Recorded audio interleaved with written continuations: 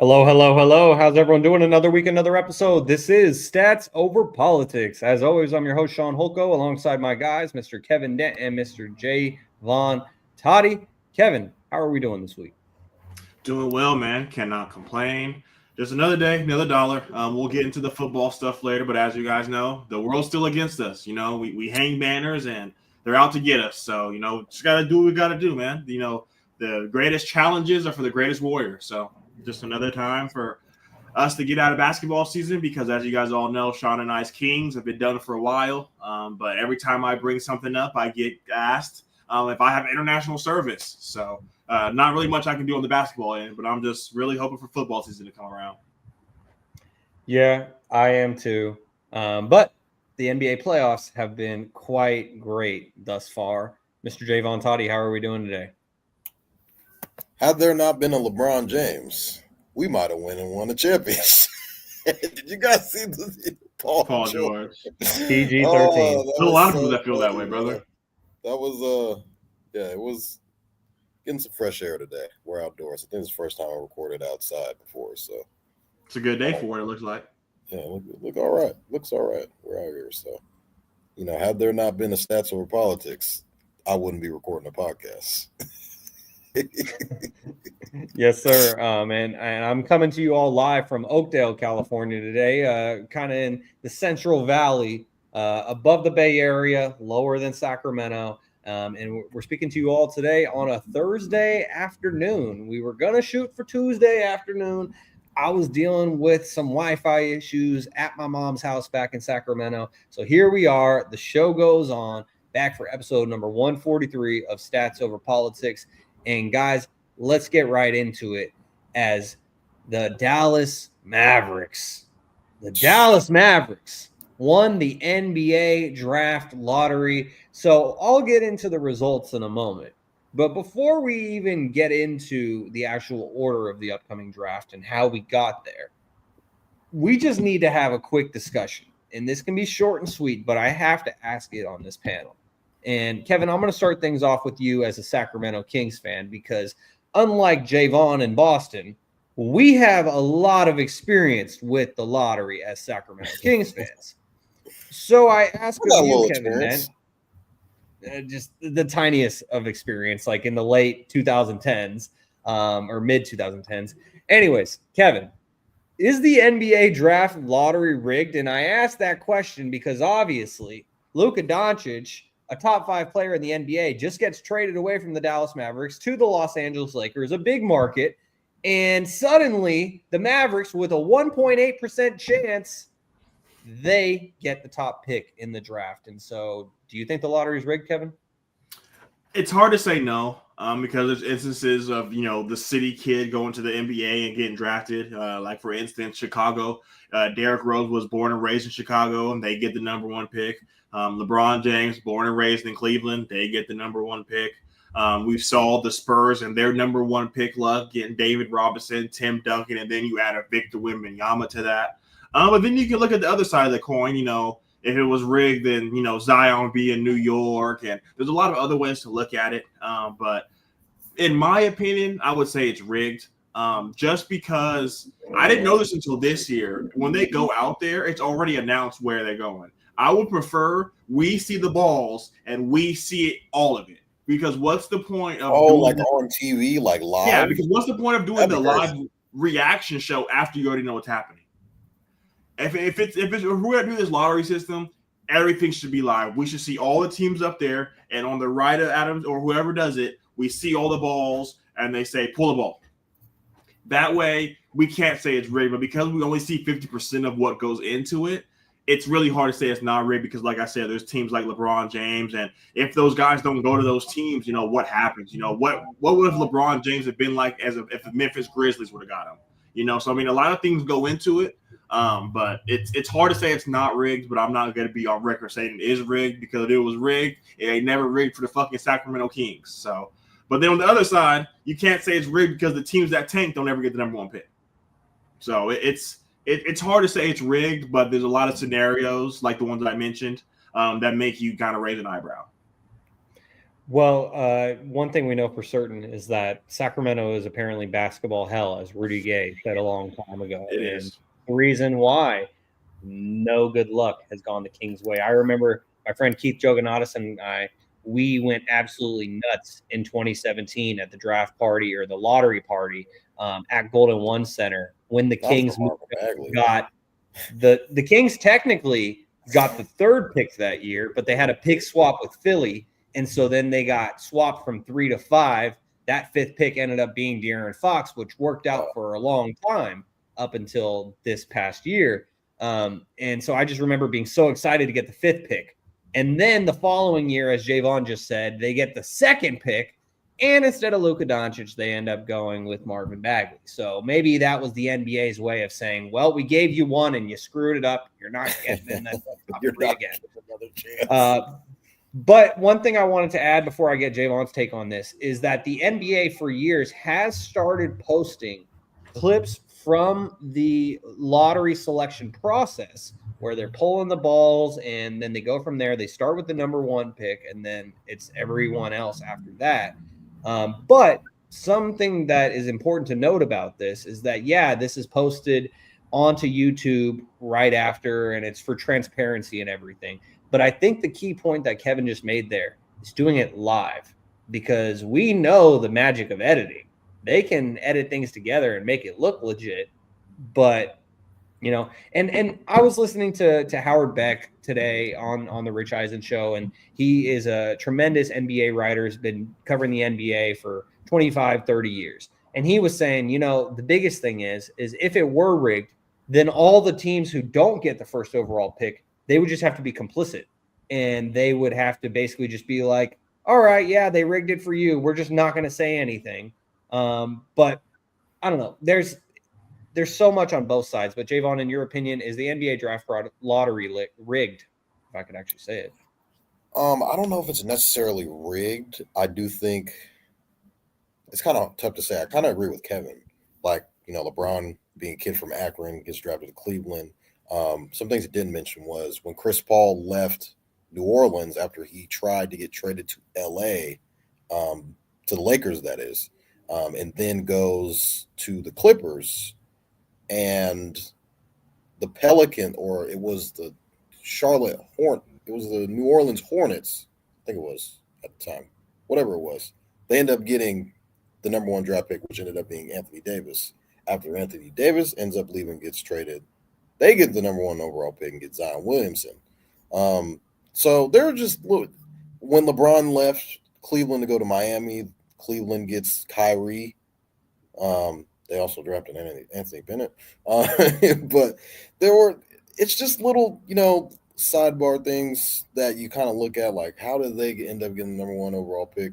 But then when Shaun kind of brings up, the Kings ended up getting the number 2 overall pick, they could have drafted Trae Young or Luka Doncic, but they drafted Marvin Bagley. Yeah, you could with Kevin, like we can go on all day.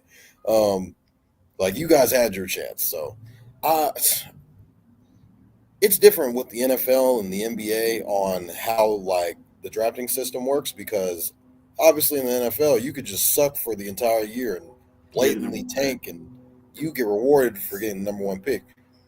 In the NBA, you could be one of the worst teams. I thought the Wizards were going to be. You could have one of the highest odds to get the number 1 overall pick and still not get it. The Mavs literally traded away their superstar in Luka Doncic, who was under 26 years old, and they get rewarded with the number 1 overall pick. Nico's out here looking like, I told y'all. Y'all don't want to listen. You was on that side, stay on that side. Just play the John Morant beat. You was on that side, stay on that side. It was all part of the plan. I tried to tell y'all. But, I mean, it's just weird how it all works out. Like the Tim Duncan Spurs, that was strange. And Kev's, we always go back and forth on how he says the Kings are going to build the next dynasty, this, that, and the third with the Spurs. And it's just crazy how not only the Mavs get the number 1 overall pick, the Spurs get the number 2 overall pick. So they're going to have a lot of things on their hands. I'm seeing mock drafts say that the Spurs might take Dylan Harper, which doesn't look like it would make a whole lot of sense because they have De'Aaron Fox and they have the Rookie of the Year in Stephon Castle. So I'm very excited for this draft as a whole because I think there are a lot of really interesting prospects in this draft coming up. Yeah, and you hit the nail on the head there with the Spurs. I don't really understand that if it ends up coming to fruition, but we shall wait and see. And now when it comes to the NBA draft lottery, the order is as follows. So the Spurs have the 14th pick, but that came from Atlanta. Kevin, what we had been talking about throughout the season, especially after De'Aaron Fox was traded, the Sacramento Kings, they lost their pick as they get the 13th pick. It goes to Atlanta because it was top 12 protected. Of course, it ends up being 13. Then you got the Bulls at 12, Trailblazers at 11. You have the Rockets at 10 because that came from Phoenix via Brooklyn. And then you got the Raptors at 9, the Nets at 8, the Pelicans at 7, Wizards at 6, Jazz at 5, Hornets at 4. And the Hornets were one of those teams with the top 3 odds, just like the Jazz and the Wizards. And they end up 4, 5, 6. Then in the top 3, you have the 76ers getting the 3rd pick. Crazy. The Spurs getting the 2nd, as was mentioned, and obviously the Dallas Mavericks get the number 1 overall pick. I do think that something worth being noted is just the fact that the NBA and Adam Silver, I think it was like 4 or 5 years ago, it might have been longer at this point, but they changed the lottery system to where they could discourage tanking. because you had teams like the Process Sixers and other teams that were bottoming out and losing on purpose to try and get that number 1 overall pick. Then Adam Silver said, we don't want to see teams tanking anymore. So the top 3 worst teams all have the same odds versus giving the worst team a 25% chance. And I'll never forget in the 2008-9 season when the Kings went 17-65, worst record in the NBA. And I was like, 25% chance for them to get the number 1 pick. And they got the worst pick that they possibly could have, and that was number 4. They end up with Tyreke Evans. We know everyone else that they passed on then in that draft, whether it be Stephen Curry, plenty of other guys. We'll not waste our breath by talking about all that. But Kevin, I'm going to toss this to you next because you are the noted Duke fan on this panel. Obviously, Cooper Flagg. He has been the number 1 overall pick incoming for years. He actually should still be in high school right now, but he reclassified, moved up a year, went to Duke a year early. So rather than being the top pick in the 2026 draft, he's going to be the top pick in the 2025 draft.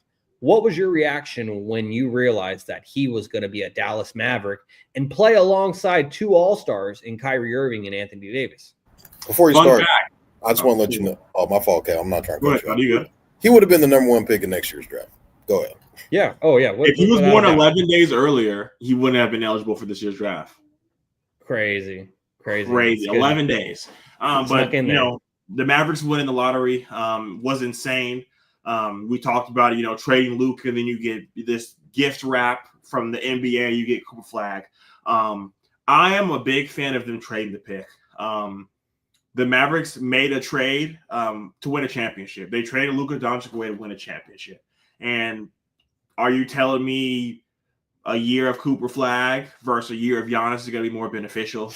From a development standpoint, Cooper Flagg being a number 3 option as a number 1 pick really wouldn't be the best for him, in my opinion. I feel like he needs to be the guy to kind of shoot all the shots and, they run as he goes. So a team like Charlotte or a team like the Washington Wizards would have been great for him. Bringing in Giannis changed the whole dynamic of this team. Giannis wants to move. It's already been noted. Shams came out and said he's willing to leave.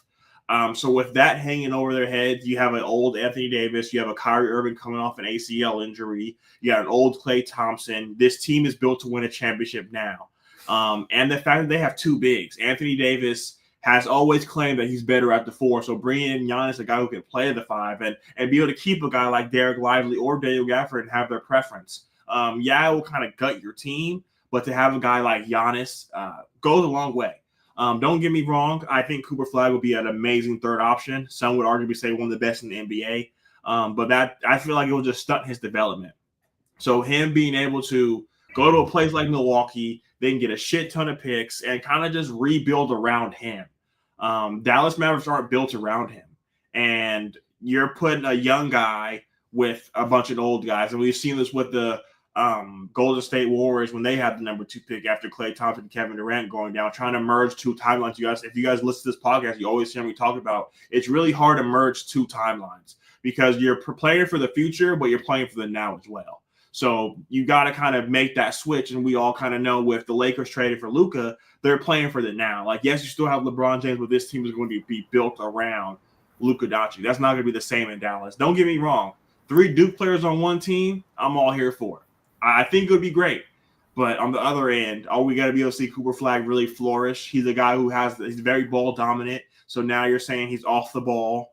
He's projected to be a 4 in the NBA. Now he has to play the 3. So now he's already out of position.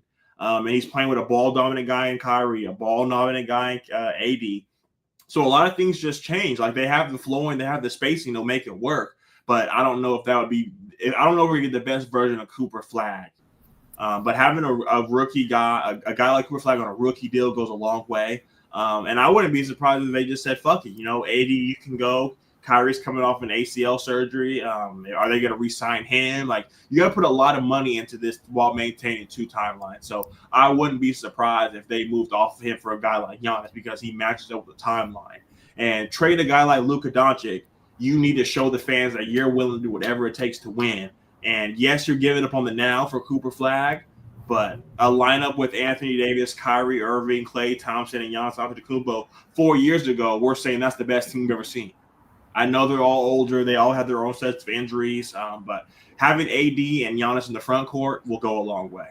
So I'm kind of 50-50 on it. I would love to see, him be reunited with guys like that, because we saw guys like Karl Anthony Towns have a vet like Kevin Garnett. We saw D'Angelo Russell have a vet like Kobe. So having a young guy around guys who have done it before, you also get the benefit of that. But does that really benefit you in the now? Because if the Warriors could have done it all over again, I bet you they would have traded those picks, because they're going to get rid of Kuminga. Wiseman's no longer on the team. And as much as you want to say about Moses Moody, he hasn't turned out to be what he was going to be.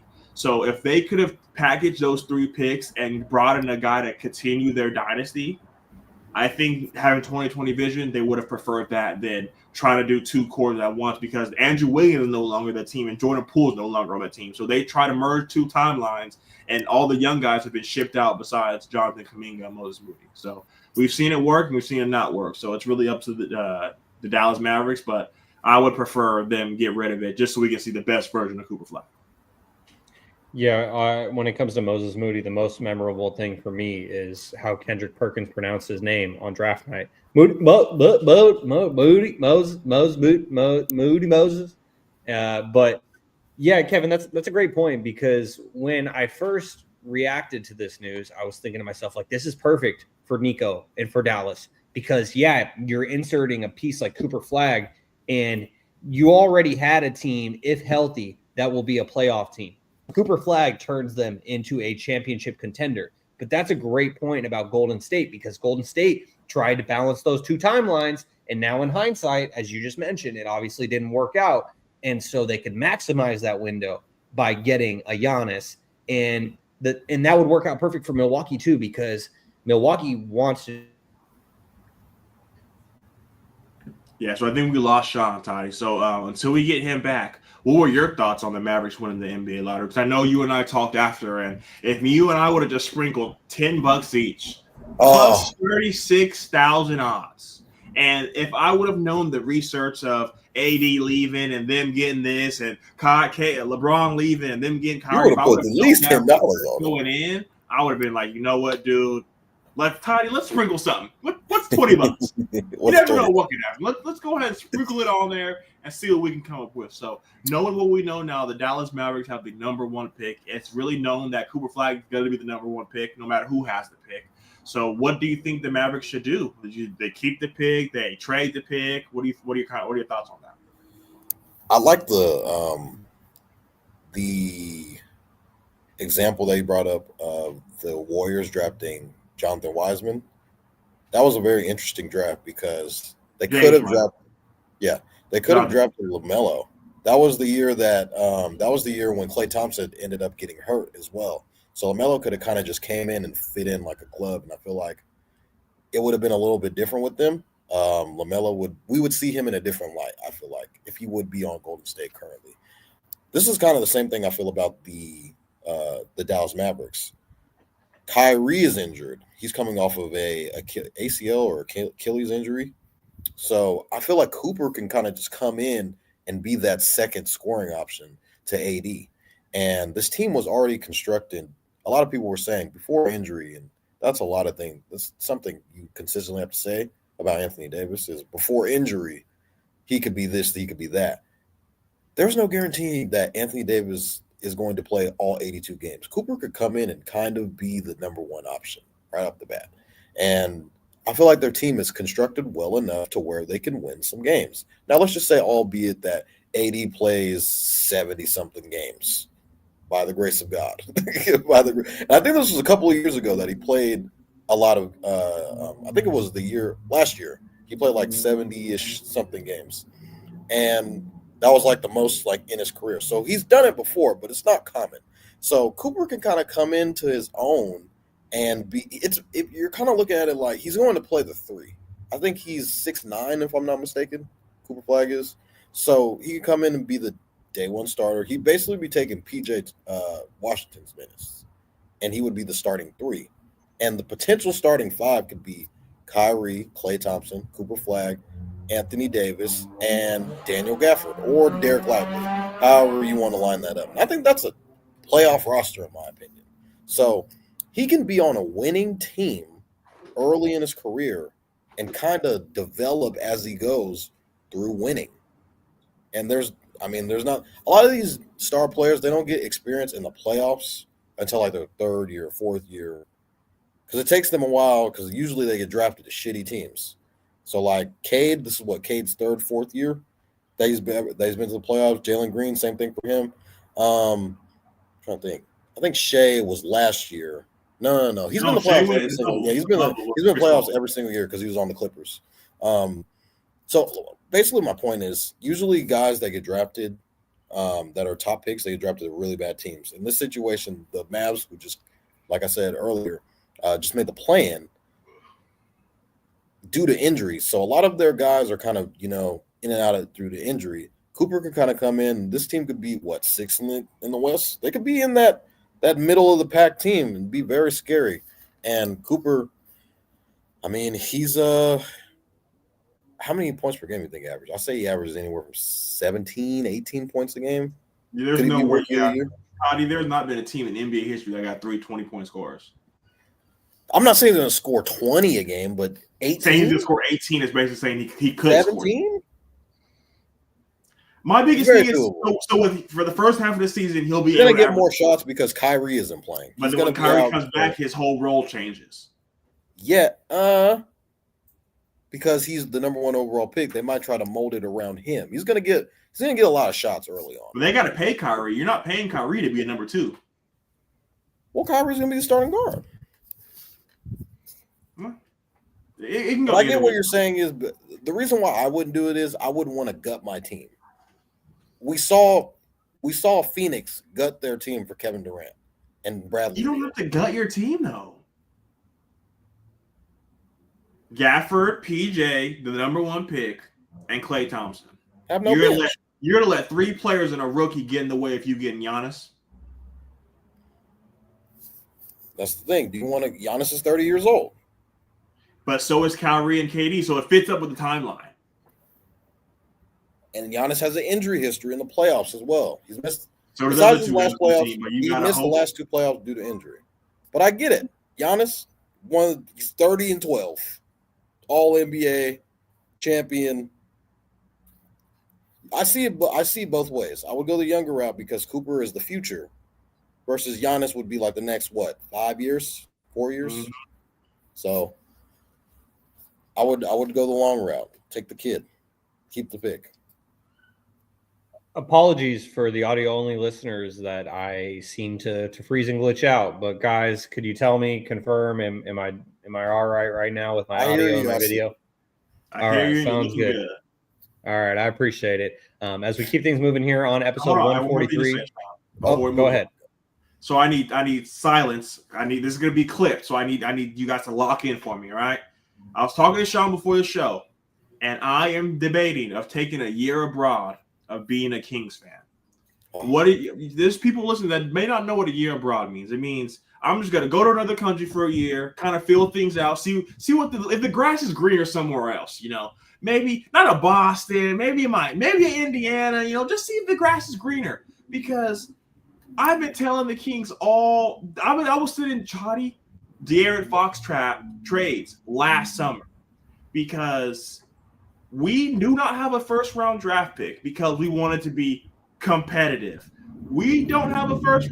We came 1 loss away from being in that coin toss and potentially having the number 1 draft pick. 1 win. We chose to be competitive to get our ass whooped by 40 points by the Dallas Mavericks. We chose to be competitive and not get an Atlanta Hawk unprotected pick.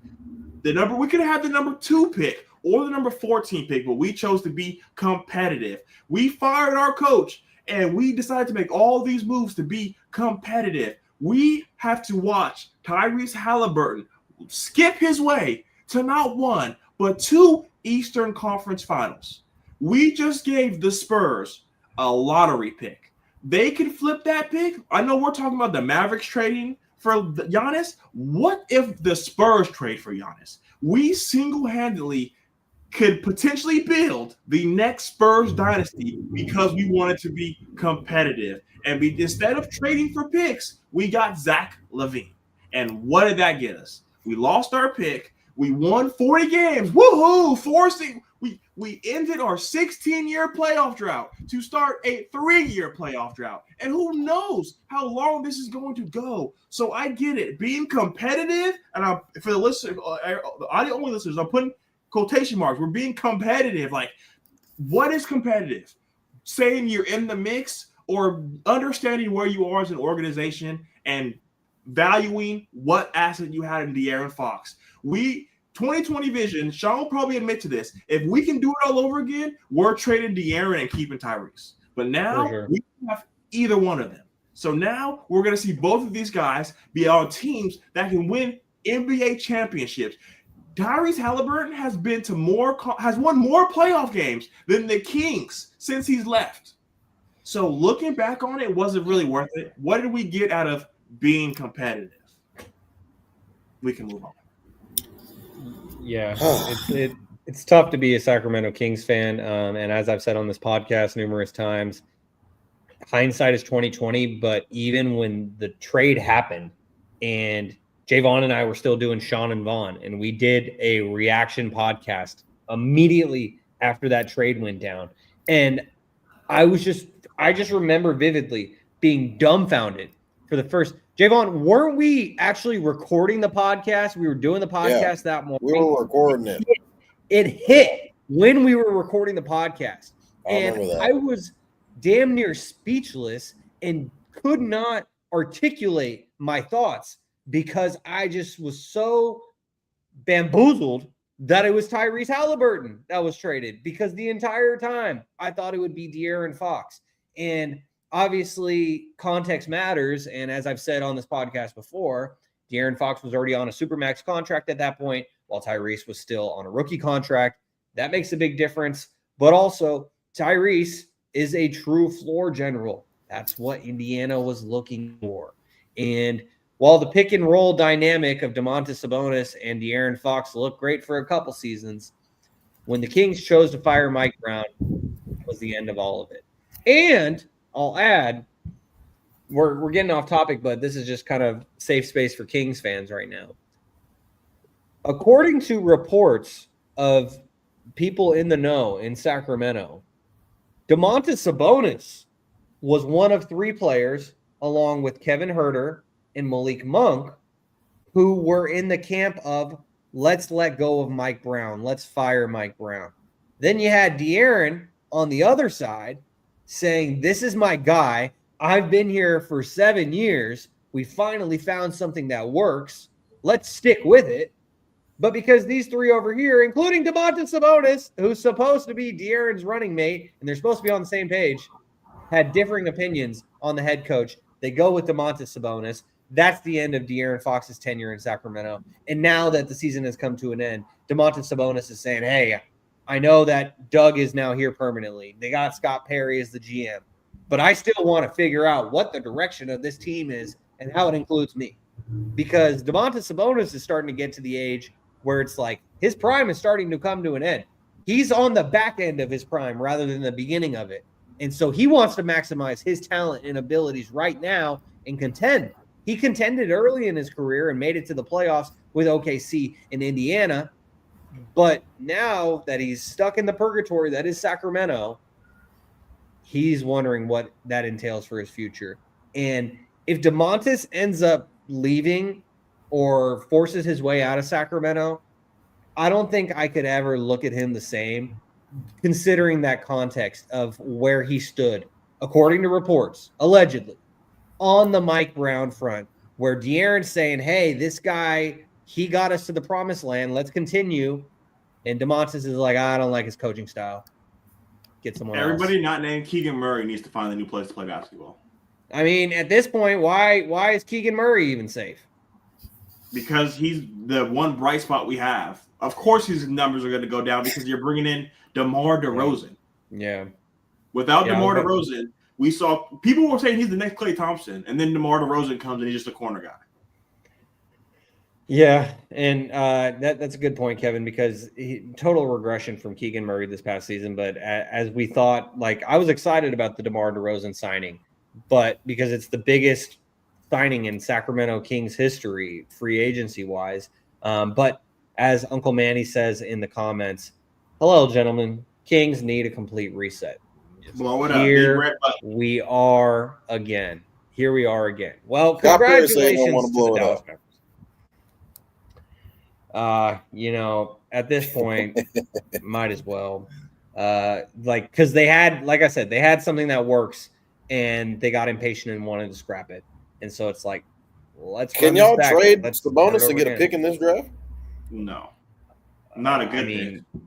Yeah. What's a good pick, Kevin? Like lotto pick? Lottery pick. Gotcha. Tough. Yeah. Well, and the craziest part about all this, just to put a bow on this, since we started this by talking about the Dallas Mavericks, is when the Mavericks traded Luka Doncic, I saw a bunch of Kings fans saying, finally, the Kings aren't the NBA organization that made the worst move with Luka Doncic. But now that team gets the first overall pick. And we know that first overall pick is Cooper Flagg. Yeah. Because that trade ultimately resulted in the Mavericks not making the playoffs and getting the first overall pick. And so it's like turned into Cooper Flagg. And so whether if it's Cooper Flagg in Dallas for the long term or Giannis or Kevin Durant in Dallas, probably unlikely that it's Kevin Durant just because of Kyrie's injury that he's going to be coming off of. But I guess we'll wait and see, and we'll continue to talk about it here on Stats Over Politics. As we continue here on episode 143, Shaun Holko alongside Jaevon Toddy and Kevin Dent. Guys, let's now get to the NBA playoff conference semifinals matchups, because we have two series that have officially wrapped up, and we got another two which are knocking on the door of wrapping up, as tonight we only have one game, as the Nuggets and the Thunder are playing in Denver. The Thunder, the top seed in the West, will try to close out the Nuggets. And then, Toddy, I saw the smirk. Your Boston Celtics stayed alive last night by defending home court and beating the Knicks by 20 plus. And now it goes back to the Garden, but the big caveat for those who may be living under a rock is that Jason Tatum, he blew his Achilles out, and he's going to be out for the rest of this season. He's going to be out for next season. And it's really hard to even talk about in general. And then the other two series we have is the Pacers. They closed out the top seed Cavaliers in 5 games. And then the Timberwolves closed out the Warriors in 5 games without Stephen Curry. So before we get to the series that have closed out, Jaevon, I know that we kind of just killed your mood there by talking about the injury to Jason Tatum. But your Celtics, they stayed alive. And so I know you said as far as the picks go, you're going down with the ship. However, what's your thoughts on this series between Boston and New York, Jaevon? So far, I mean, obviously there have been games we've left some meat on the bone.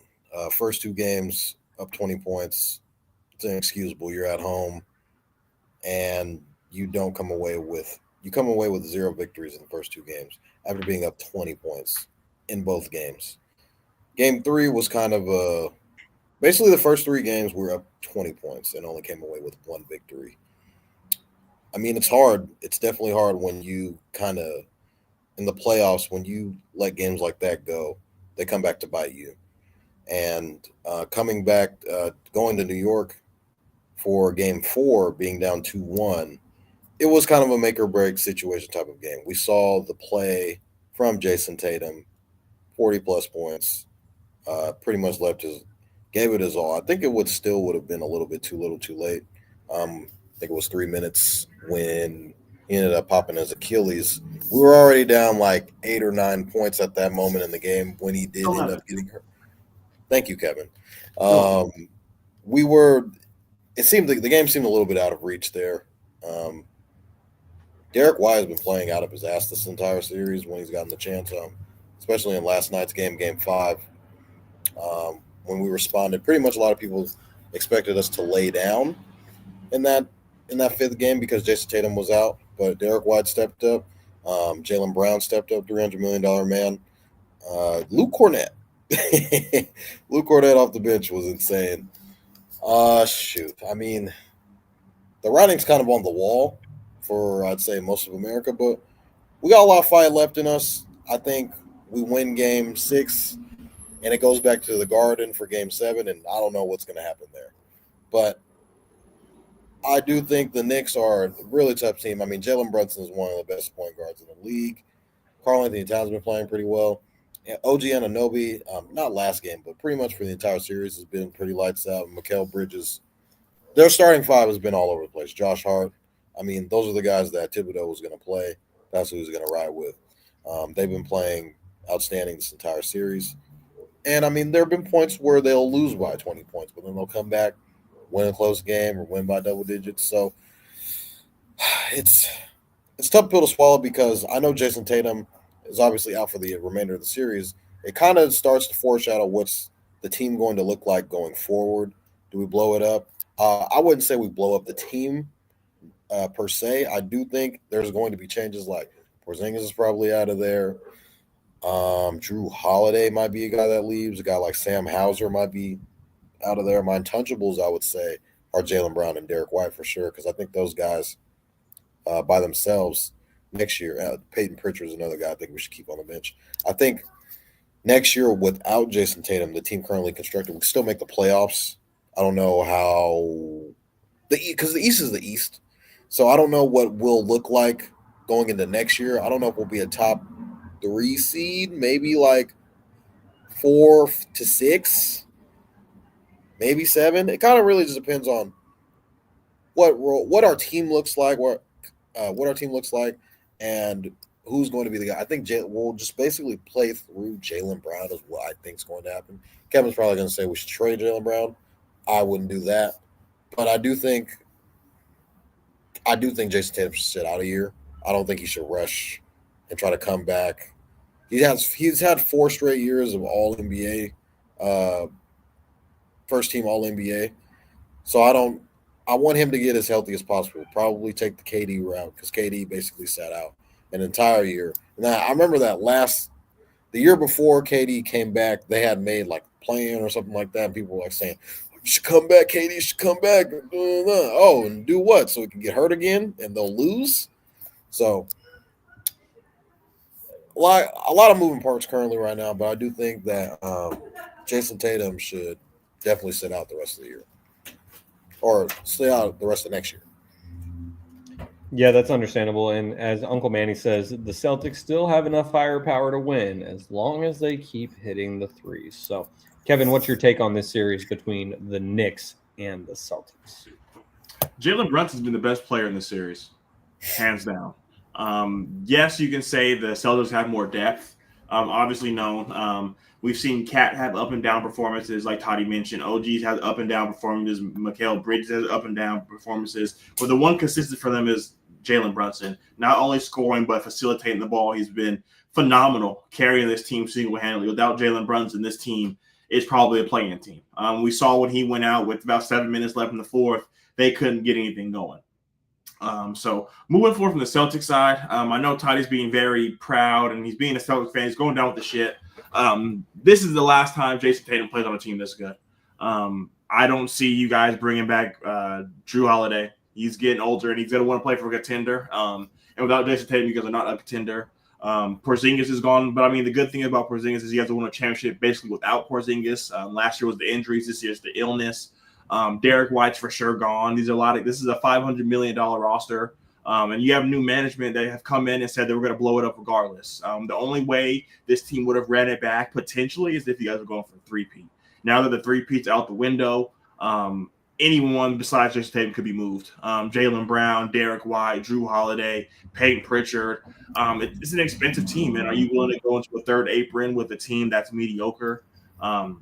I know Toddy has a lot of hope saying that, we keep Derek White, Peyton Pritchard, Jaylen Brown, top 3 seed, even in a weak West, a weak East. That's not a top 3 team. So it's a lot of numbers. It's a lot of paydays for a lot of guys. But I mentioned, talking about the Mavericks and the Warriors playing on 2 different timelines, the Celtics own their pick for the next year. So We've seen teams take years off in the dynasty. I'm not calling the Celtics a dynasty. In their championship window, we've seen teams take a year off. We saw with the Warriors with Kevin Durant and Klay Thompson going down, being able to get a number 2 draft pick. Could you imagine a AJ DeBonta on the Celtics or anybody else? I mean, you taking a wouldn't be the worst thing for you. You tell Jason Tatum, fully heal up. Jaylen Brown, assalamu alaikum, my friend. We appreciate all that you've done. Derek White, it's just too expensive, Todd. I know you want to keep this team together as long as possible, but with new management coming in, are they going to want to front a bill for a team that's not going to win a championship? And I know I talk a lot of shit about Jason Tatum, him being Robin, A, B, C, and D, but he's a key contributor to that team. And yes, like Uncle Manny said, if they're hitting their threes, they can beat anybody, but we've seen when they're not hitting their threes. But then here's the other side of the coin. I haven't seen the Celtics move the ball like that in 2 years. They move the ball. Everyone's getting involved. So is Jason Tatum going down a benefit for the Celtics? If the Celtics somehow win this series and go to the NBA Finals, the question is do we need Jason Tatum? Is Jason Tatum what we need to get over the hump? The answer is yes. I mean, he didn't show up in the finals last year until the last game, and you guys won the finals. So, do you need Jason Tatum to win a championship? That's what we're going to see. The highest paid player in the NBA, Jaylen Brown, showed up, facilitating the ball, scoring the ball. Guys like Sam Hauser should game back to life, Peyton Pritchard. So they have the guys, they have the depth. So this is really all in for this team. A team plays the worst or the best when their backs are against the wall and they feel they have nothing to play for. So if the Knicks come ahead and lose Game 6, like Toddy said, Game 7s or a toss-up. So going forward, I don't think Jason Tatum will ever play on a team this good. And he's been lucky to have a lot of talent in his career. So I know he's never missed the playoffs, but you have to look on the teams that he's been on, the rosters that they constructed, from Kyrie Irving to the Kemba Walkers they've always had a solid team. He's always gone to the East Conference Finals. This has been a team that's been a franchise and blessed with talent. So now the other side of the coin is it will look different, whether it's without Jason Tatum, without Jaylen Brown, all those other guys that I mentioned. This team will never be put together again. So they have to go balls to the wall and see how far they can get. So now when it comes to the other series that has yet to be completed, the Thunder have a chance to close out the Nuggets tonight, that being Thursday night in Denver. And so as we know from Toddy and I's picks, I'm not sure how the Dents feel about tonight's game, but Jaevon and I are both picking the Nuggets to win tonight's Game 6. As we were talking about in the pre-show meeting, Jamal Murray is listed as questionable with an illness for the Nuggets tonight. I do think that he plays, but if he plays, what level is he playing at given that he's sick? I'm going to go with the Nuggets winning tonight, extending it to 7 games, but at that point, you could go with the experience, but I don't know, because like Nikola Jokic in Game 5, he had like 44 and 20, some ridiculous stat line. And the Nuggets still lost. And so I don't know how much Nikola Jokic can do by himself. The Nuggets are going to need bubble Jamal Murray, 2023 Jamal Murray. Like, they're going to need him to reemerge. Aaron Gordon has been doing his part throughout. Aaron Gordon has been more of a Robin to Jokic's Batman than Jamal Murray has collectively throughout these playoffs. And so because of that, I'm not going to side with experience here, which I usually would. I'm going to go with the overall makeup of a team, and I'm going to say that the Thunder close out this series, but they do it in 7 on their home floor. Jaevon, just to stick with the order here and give everyone a breather, I'm throwing it to you next.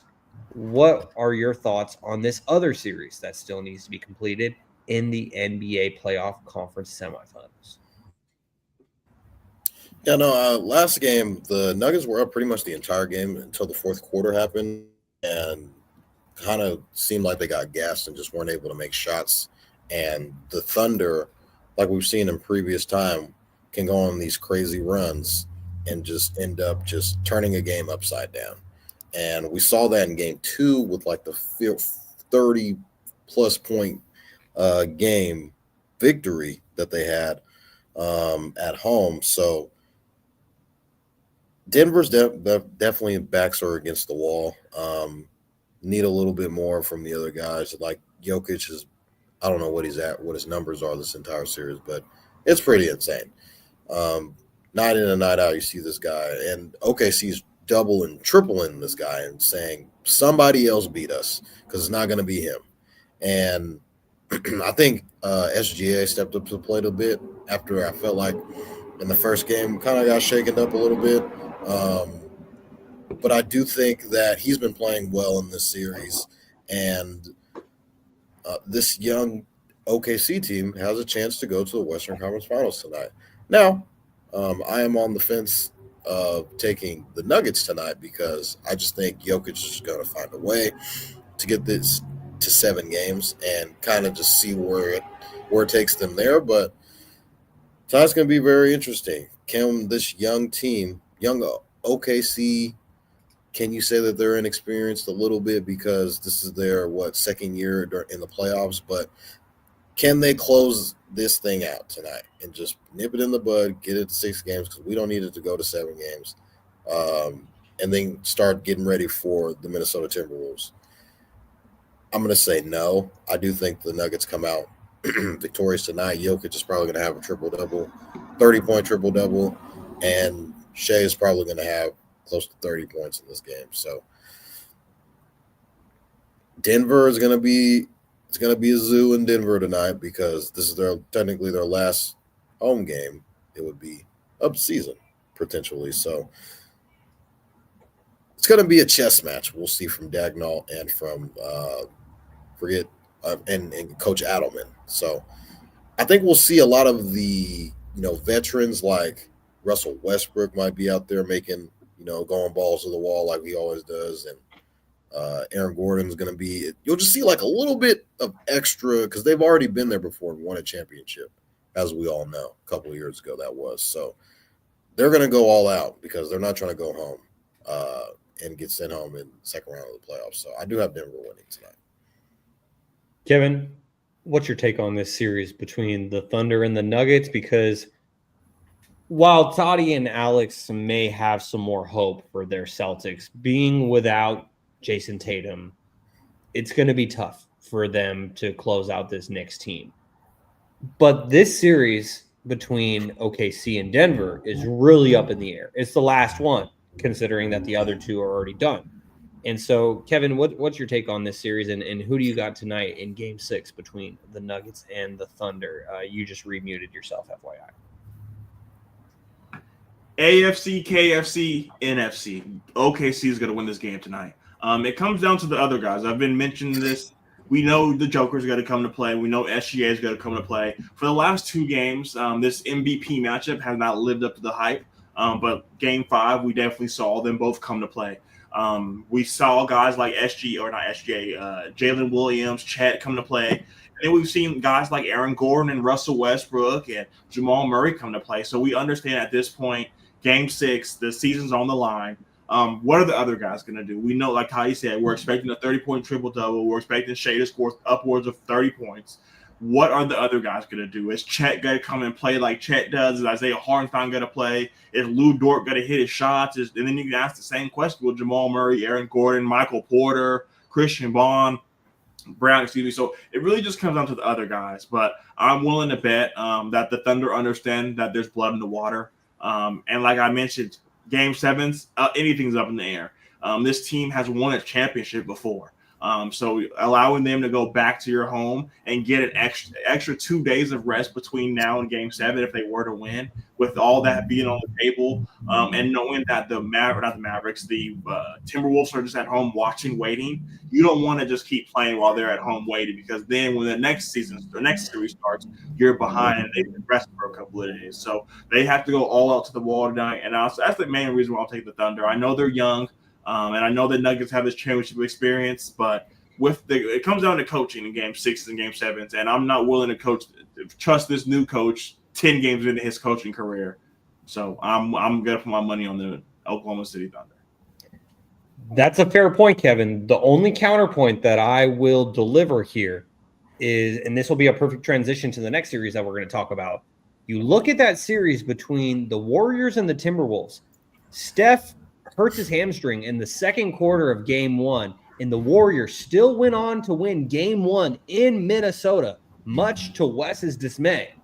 But the point that I'm making about this is the fact that, at least I thought, many of other people thought, that the Timberwolves would be rested going into that series because they closed out the Lakers in 5 games versus the Warriors had to go 7 and play on the road in Houston. And the Warriors got 1 day off, and then they went right into that next series. And so I thought the Timberwolves would absolutely beat the brakes off of the Warriors in game one, given the rest, given the fact that they're at home. And then you add in the unexpected of Steph suffering his first muscle tendon injury of his career with that strain. And so I thought for sure, Jaevon, that the Timberwolves would win game one against the Warriors, and they didn't. But then they go on to win the next 4. And so let's get right to that, because the Timberwolves officially closed out the Warriors last night in 5 games. And, you know, when we were talking about this series last week, I was the only one who picked the Timberwolves to win the series. You and Kevin, if I remember correctly, both had the Warriors in 7, and it's because we expected the Warriors to win at least one more game, get Steph back game 6, then maybe Steph goes nuclear in game 7 like he did to the Kings a couple years ago in the first round, dropping a 50-piece. Unfortunately for the Warriors, for fans in the Bay Area, my girlfriend's entire family, they're all Warriors fans. They were all very optimistic, hoping that Steph would come back, and he never got the opportunity. And so, Jaevon, just what are your thoughts on the Timberwolves and Warriors series, especially considering that since we last spoke here on the podcast, Timberwolves won 4 straight? Yeah, I mean, the injury bug bites the Warriors once again. I think were the Warriors win? I think they were winning that entire game, and I think Steph had like 13 points in 13 minutes, so he was cooking. That was going to be a legendary game. He was cooking. So I mean, Steph is one of the greatest players of all time, greatest shooter of all time. He's going to change the whole entire dynamic of a series. And obviously, when he went down, this team currently constructed is not built for Jimmy Butler to carry them like Miami, who built around Jimmy Butler, carried them to 2 finals appearances. This is not – Warriors fans were kind of hoping that's what that would have been. Jimmy Buckets, playoff Jimmy. And so it was funny to see on the good old X app that all the Warrior fans and Laker fans were going at each other because they were like, oh, you're saying this, that, and the third, and then Steph goes out and blah, blah, blah. So I thought that was funny. But nonetheless, Anthony Edwards is one of the stars of this league. He has been out of this world. Julius Randle has been playing lights out.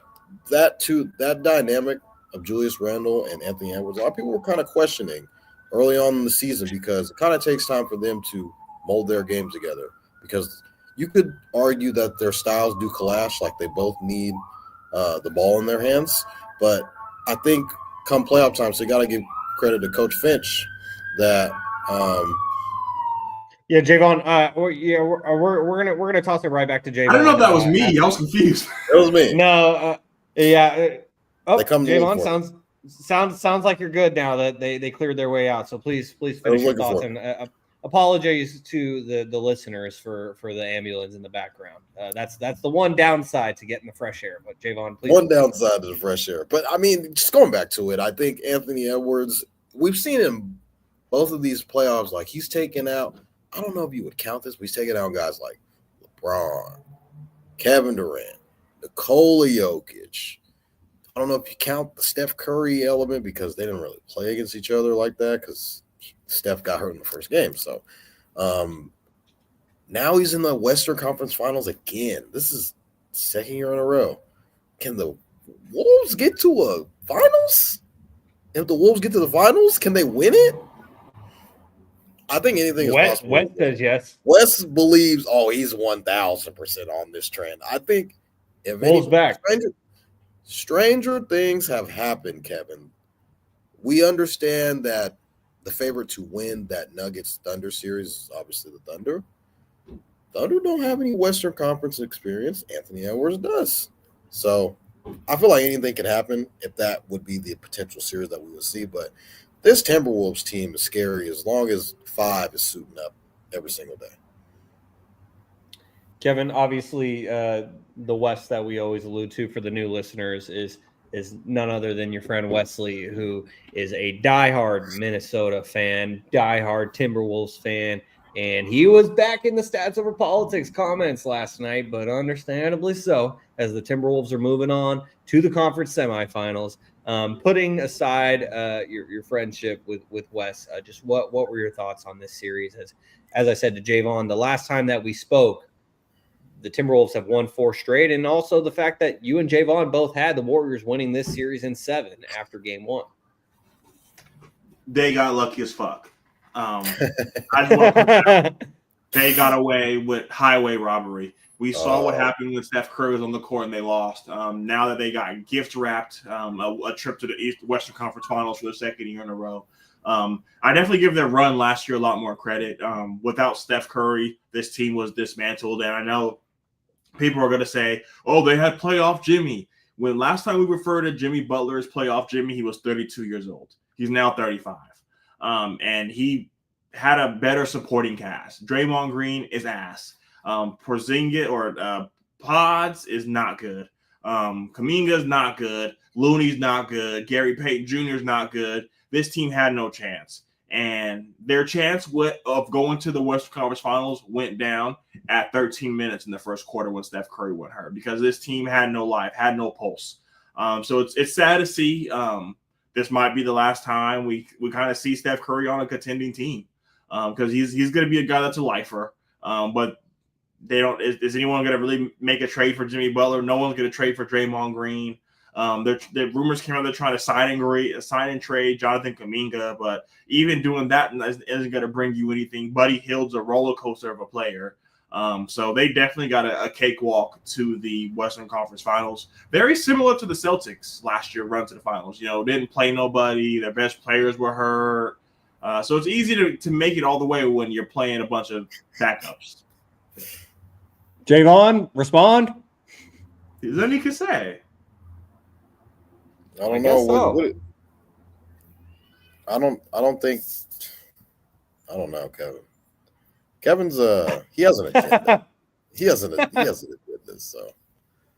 I mean, you guys play the Cavs? Oh, Donovan Mitchell was hurt. Pacers, no Tyrese. I'm just saying, it's easy to beat the backups. Right on, Kevin. I'll respond with the ring. All right, and so with that, we keep it pushing here as we start to wrap things up here on episode 143 of Stats Over Politics. Shaun Holko alongside Kevin Dent and Jaevon Toddy. Guys, we were just talking about the Pacers, and the Pacers made it to the Eastern Conference Finals last year. The Celtics will try to join them there for a second straight year, but the Celtics got 2 more wins to get to that point, and the Pacers, they are locked in for a second consecutive trip to the Eastern Conference Finals. As the Pacers closed out the Cavaliers in 5 games, they dropped game 3 at home. Cavs, that was a must-win. No team has ever come back from down 3-0 in NBA history, so that was a must-win for the Cavs. They get the job done. And the Cavs, they really controlled the pace in that game 3, no pun intended. But then the Pacers, they come back in game 4. They slap around the Cavs. They're up by 40 points. It was not even close. I turned the game off because I was just like, why am I watching all these backups? And then you go to game 5. The Cavs have everyone. That was the storyline from the first 2 games, was all the players that the Cavs were missing between Darius Garland, Evan Mobley, DeAndre Hunter. But then everyone was there, 3, 4, and 5, including in game 5. The Cavaliers, they came out hot in game 5. They got out to, I believe it was an 18-point lead is the highest that it got in the first half. But then to end that first half, the Pacers chipped away, and they ended up trailing by 3 points going into halftime, had all the momentum. The floodgates opened in the third quarter. The Pacers cannot be stopped, and they go on to close out the top seed Cavaliers. 64 wins from Cleveland this year, all for naught, all just for a second-round elimination. but the Pacers are moving on to the Eastern Conference Finals for the second straight year. And I'm going to switch things up here on you guys, and I'm going to toss it to Kevin first. And the reason why I'm going to toss it to Kevin first is we remember from that first round series, and I mentioned this last week, but that first round series between the Pacers and the Bucks, it was like, all right, the Pacers are going to move on because it's what the Bucks are not. But now after we see what the Pacers just did to the top seed Cavaliers, Kevin, are the Pacers real contenders? I think that's the real question. No. They also got gift wrapped a stimulus package to the WCF. We saw all the games that Darius Garland didn't get to play, Evan Mobley, DeAndre Hunter, a whole second half of no Donovan Mitchell. And the Pacers still, with a full healthy team, almost lost the game to only Donovan Mitchell. So if I was a Pacers fan, I really wouldn't be feeling too great. But, they got another stimulus package with Jason Tatum going down. And if the Knicks play the Pacers, I don't know who I'd take in that series because the Knicks are up and down just as much as the Pacers are. But like I said, the Pacers go as far as Tyrese Halliburton will take them. And it's great to see, being a Kings fan, seeing him flourish. But I don't think they're a championship team if health doesn't come into it. But you can only play the guys that are out there. So you have to give credit where credit is due. Tyrese Halliburton gets this team going. The only team in NBA history as a team to shoot 50-40 from the field and from three. So they got a gang full of bucket getters. And not having Benedict Mathurin last year, I said that every time we talk about the Pacers has been a huge improvement to this team. Another year of Pascal, another year of Miles Turner. This team is really well built.